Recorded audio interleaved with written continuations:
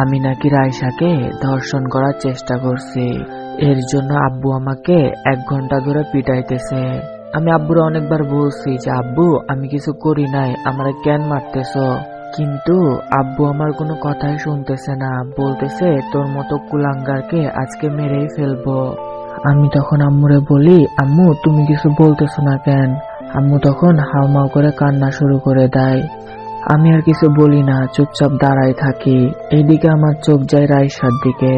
ও আমার মায়ের খাওয়া দেখে মিটি মিটি হাসতেছে। ওর হাসি দেখে আমার অনেক রাগ হইতেছে, মন চাইতেছে ওর চুলগুলা সব ছিঁড়া ফেলাই। এর আগে ওই আমার সাথে যেগুলা করছে সেগুলা মেনে নেওয়ার মতো, কিন্তু আজকে একটু বেশি করে ফেলছে।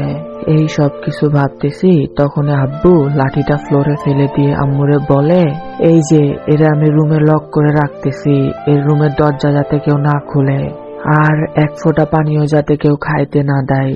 এইটা বলে আব্বু আমার হাত ধরে টানতে টানতে আমার রুমে নিয়ে যায়। তারপর বাহির থেকে রুমের দরজা লক করে দেয়। এর আগে আব্বু আমার সাথে কখনোই এমন ব্যবহার করে নাই। আর এই সব কিছু হয়েছে শুধুমাত্র ওই রাইসার জন্য। রাইসা আমার খালাতো বোন। ছোটবেলায় ওর আম্মু মারা যায়। খালামণি মারা যাওয়ার পরে খালু আবার নতুন বিয়ে করে। এর কারণে আমার আম্মু রাইসারে আমাদের বাসায় নিয়ে আসে। রাইসার বয়স তখন 3 কি 4 হবে। রাইসার আমার বয়স প্রায় সেম। ও আমাদের বাড়ি আসার পর আব্বু আম্মু কখনোই ওরে বাবা মায়ের অভাব বুঝতে দেয় নাই। আমার আব্বু আম্মু আমারে কিছু কিনা না দিলেও ওরে ঠিকই দিত। এসবে অবশ্য আমার কখনোই জেলাস ফিল হয় নাই, কারণ রাইসাকে আমার ছোটবেলা থেকে অনেক ভালো লাগতো। আর এই ভালো লাগাটা একসময় ভালোবাসায় পরিণত হয়। আর যখন থেকে আমি এটা বুঝতে পারছি যে আমি রাইসাকে ভালোবাসি, তখন থেকে আমি রাইসাকে অন্য ছেলেদের সাথে মিশতে দিই না। স্কুলে যখন কোনো ছেলে ওর সাথে কথা বলতে আসতো, আমি তার নাকে ঘুষি মাইরা তার নাক ফাটাই দিতাম। এর জন্য স্কুলে টিচার সহ আম্মু আমার অনেক মারছে, কিন্তু আমি ছাড়া ওই ছেলেরে মারার কারণ কেউ জানতো না, এমনকি রাইসাও জানতো না। দেখতে দেখতে আমরা বড় হই, আমাদের স্কুল লাইফ শেষের দিকে চলে আসে। আমার এখনো মনে আছে আমি রাইসাকে আমাদের বিদায় অনুষ্ঠানে প্রপোজ করছিলাম, আর তার বদলে আমি পাইছিলাম 2টা চর। রাইসা আমার 2 গালে ঠাটাইয়া 2টা চর মারছিল। আশেপাশে অবশ্য আমি আর রাইসা ছাড়া কেউ ছিল না।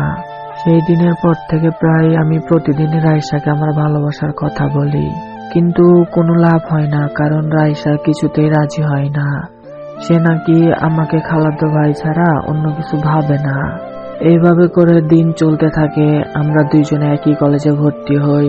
কলেজে ভর্তি হওয়ার পরেই শুরু হয় আসল কাহিনী। স্কুলে তো কোনো ছেলেরে আমি রাইসার আশেপাশে আসতে দিতাম না, কিন্তু কলেজে সেটা হয় না। রাইসা সবার সাথে মিশে, ওর আলাদা একটা ফ্রেন্ড সার্কেল হয়। সব মিলিয়ে বলতে পারেন রাইসা আমার হাতের বাইরে চইলা যায়। ওরে আমি যদি বলি যে ওইখানে যাইতে হবে না, ও ওখানে যায়। ওরে যদি বলি এটা করতে হবে না, ও ওইটাই করে। এইভাবে সময় পার হইতে থাকে। আমি আমার পড়ালেখার প্রতি একটু মনোযোগ দিই। ওইও কলেজ যায়, কলেজ থেকে আসে, পড়াশোনা করে। আমি যতটুকু সম্ভব ওরে নজরে নজরে রাখি। তো হঠাৎ একদিন ফুটবল খেলতে গিয়ে আমার পা ভাঙা যায়, যার কারণে আমি 4 মাস মতো কলেজে যাইতে পারি না। এর মধ্যে আমার এক ক্লোজ ফ্রেন্ড আমারে বলে, দোস্ত তোর একটা কথা বলবো। আমি বলি হ্যাঁ বল, কি কথা বলবি বল। ও আমার ঘাড়ে হাত দিয়া বলে, দোস্ত মাইন্ড করা যাইব না কিন্তু।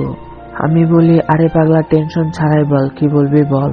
ও আমতা আমতা করে বলে, দোস্ত হয়েছে কি, তোর বোন আছে না রাইসা, ওই তো প্রতিদিন আমাদের কলেজের একটা বড় ভাইয়ের সাথে ডেটে যাইতেছে। এই কথা শোনার পর আমি বড় বড় চোখ করে ওর দিকে তাকায়া বলি, আরে বলস কি, রাইসা ডেটে যাইতেছে মানে?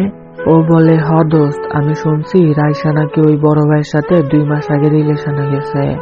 আর ওই বড় ভাইটাও নাকি খুব একটা ভালো না, এর আগে অনেক মেয়ের সাথে রিলেশন করছে। আমি ওরে বলি, তুই কি শিওর রাইসা ওর সাথে রিলেশন করতেছে? আমার ফ্রেন্ড বলে, হ্যাঁ 1000% শিওর। এটা শোনার পর আমি রাইসার কাছে যাই। রাইসাকে গিয়া বলি, তুই নাকি জনির সাথে প্রেম করতেছস। আমার মুখে এই কথা শুনে রাইসা একটু ঘাবড়ে যায়। ও বলে, প্রেম? কিসের প্রেম? তোরে কে বলছে ফালতু কথা?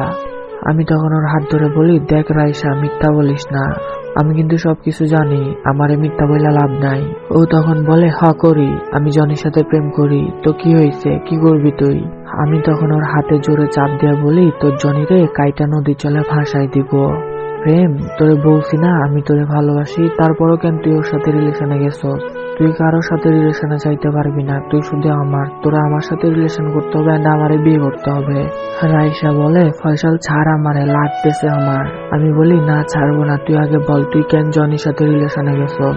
ও কান্না জড়িত কণ্ঠে বলে, ফয়সাল ব্যথা পাইতেছি, লাগতেছে আমার, ছাড় আমারে। ওর এই কথা শোনার পর আমার খেয়াল হয় ওর চোখে পানি। আমি সাথে সাথে ওর হাতটা ছাইড়া দিই। আমি ওরে বলি, রাইসা বিশ্বাস কর, আমি বুঝতে পারি নাই তুই হাতে ব্যথা পাবি। রাগের মাথায় আমার মাথা ঠিক ছিল না, প্লিজ তুই কান্না করিস না, একটু দাঁড়া, আমি এক্ষুনি বরফ নিয়ে আসতেছি। আমার মুখে এই কথা শুনে রাইসা বলে, লাগবে না তোর বরফ, এটা বলে রাইসা চলে যায়। এরপর সেই দিন রাইসার সাথে আর কোনো কথা হয় নাই। ও সারাদিন ওর রুমে ছিল। পরের দিন আমি কলেজে যাই। পা ভাঙার আগে আমি রাইসারে কলেজ নিয়ে যাইতাম, কলেজ থেকে নিয়ে আসতাম, কিন্তু এখন আর তেমনটা হয় না। রাইসা একা একা কলেজে যায়, একা একা কলেজ থেকে আসে। আসার সময় অবশ্য আমি ওর পিছু পিছু আসি, কিন্তু যাওয়ার সময় ও একা একাই যায়। তো একদিন কলেজ ক্যাম্পাসে বসে বসে আমরা সবাই আড্ডা দিতেছি।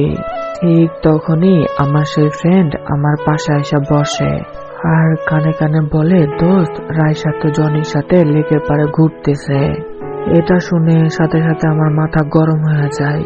আমি আমার সব ফ্রেন্ডদের নিয়ে লেকের পাড়ে যাই। গিয়ে দেখি রাইসার কোলে ওই জনি মাথা দিয়ে আছে আর রাইসা ওরে বাদাম ছিলে ছিলে খাওয়াইতেছে। এইটা দেখে আমার মাথা আরো গরম হয়ে যায়। আমি কোনো কিছু না ভাইবা দৌড়ে গিয়া ওই জনির জায়গা মতো একটা লাথি দিই। ও সাথে সাথে ও মাগো বলে চিৎকার করে। আমি একের পর এক ওর জায়গা বেজায়গায় লাথি মারা শুরু করি। আমার এমন করায় আমার ফ্রেন্ডরা ওরে মারা শুরু করে। এদিকে রাইসা আমারে বলতেছে, ফয়সাল কি করতেছস, ছাড় ওরে। আমি কোনো কথায় কান দিচ্ছি না, ওরে বেধর মারধর করতেছি। রাইসা আমারে বাধা দেওয়ার চেষ্টা করে, আমি ওরে সরাই দিই, আবার আসে, আবার সরাই দিই। এক পর্যায়ে রাগের বশে আমি রাইসার গালে একটা থাপ্পড় বসাই দিই। ব্যাস, রাইসার চোখ দিয়ে পানি পড়া শুরু করে। ওর চোখে পানি দেখে আমি আমার হুঁশে ফিরি। এইদিকে ওই জনির অবস্থা তো পুরাই খারাপ, কিন্তু সেটাতে আমার কোনো মাথা ব্যথা নাই। আমার মাথা ব্যথা হচ্ছে রাইসার চোখে পানি। আমি রাইসার কাছে গিয়া বলি, রাইসা আমি সরি, আমি বুঝি না, আমি রাগের মাথায় তোরে থাপ্পড় বসাই দিছি, তুই প্লিজ কিছু মনে করিস না, আমি সত্যি বুঝি না, আমার মাথা ঠিক ছিল না, আমি বুঝতে পারি নাই। কিন্তু কে শুনে কার কথা, রাইসা সেখান থেকে হনহন করে চলে যায়। এদিকে জনির ফ্রেন্ড সার্কেলও সেখানে চলে আসে, আমরাও সেখান থেকে কেটে পড়ি। আমি কোথাও না গিয়ে সরাসরি বাসায় আসি। বাসায় আয়সা দেখি সবকিছু স্বাভাবিক, তার মানে রাইসা কাউরে কিছু বলে নাই। কিন্তু রাইসার রুমের দরজা লক। পরে আমি আমার রুমে আসি। রুমে আইসা গোসল করি, গোসল কইরা দুপুরে খাবার খাই আর শুয়া পড়ি। কখন ঘুমাইছি মনে নাই, হঠাৎ আমার ঘুম ভাঙা যায়। চোখ খুইলা দেখি রাইসা আমার খাটের সামনে দাঁড়ায় আছে। আমি ওরে দেখা একটু ভয় পাওয়া যায়, কারণ ওর চুলগুলা কেমন এলোমেলো, জামার হাতাগুলা অনেকটাই ছিঁড়া। আমি কিছু বুঝে ওঠার আগে রাইসা কান্না শুরু করে, চিল্লানি শুরু করে। পরে দৌড়ে আমার রুমের দরজা লক খুলে বাইরে চলে যাই। আর আমি পুরো হা হয়ে আছি যে এটা হইল কি। তার কয়েক সেকেন্ড পরে আব্বু আমার রুমে আসে, আমার রুম থেকে বাইরে নিয়ে যায়। বাইরে নিয়ে গিয়ে আব্বু আমার পিটানি শুরু করে। এরপর কি হয়েছে সবকিছু তো আপনারা শুনছেন। আমি ভাবতেছি যে রাইসা আমার সাথে এটা কেন করলো, ও তো কখনো এর আগে এমনটা করে নাই। পরে হঠাৎ মনে পড়লো লেকের পাড়ের ঘটনার কথা। ওই ঘটনা মনে পড়ার সাথে সাথে আমার রাগটা আরো বাইরে যায়। ওই জনিরে মারার কারণে রাইসা আমার সাথে এমনটা করছে। কোনো কিছু না করে আব্বু আমার এমনি মারছে, তাও জীবনের প্রথমবার। এর আগে আব্বু কখনোই আমার গায়ে হাত তোলে নাই। কোনো অপরাধ না করে যখন আমার মায়ের খাইতে হয়েছে, তখন সেই অপরাধটা কইরাই মায়ের খাওয়া ভালো। আমি ঠিক করি যে আমি রাইসার ওপর প্রতিশোধ নিব।